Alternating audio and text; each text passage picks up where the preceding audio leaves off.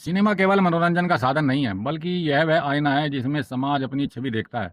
लेकिन क्या हो जब उस आईने पर धुंध की ऐसी परत चढ़ा दी जाए कि सत्य धुंधला हो जाए? आज हमें यह विश्लेषण करने की आवश्यकता है कि दशकों तक हमारे रुपहले पर्दे पर जो कहानियां दिखाई गई, उनका मूल उद्देश्य क्या था। सिनेमा की स्वतंत्रता तब प्रशंसन के घेरे में आती है, तब वह ऐतिहासिक सत्यों को तोड़ मरोड़ कर पेश करती हैं।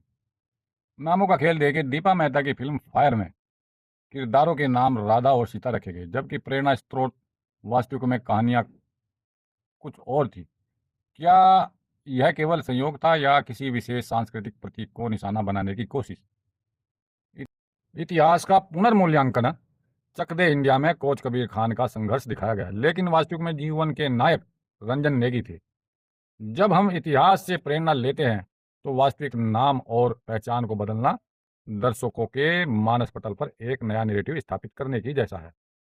रूढ़िवादिता और प्रतीकों का उपयोग दशकों तक बॉलीवुड ने प्रतीकों का उपयोग बहुत चतुराई से किया।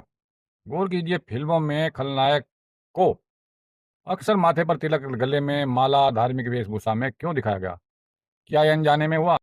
इसके पीछे यह संदेश छिपा था कि धर्मनिष्ठा ही बुराई का मूल है।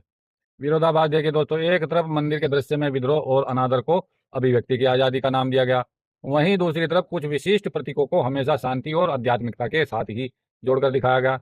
यह असंतुलन दर्शकों के अवचेतन मन को प्रभावित करता है। वैचारिक दासता और जागृति वर्षों तक हम धर्मनिरपेक्षता के उस आवरण में रहे जहां हमने अपनी ही संस्कृति और आस्था के उपहास को मनोरंजन मानकर स्वीकार कर लिया।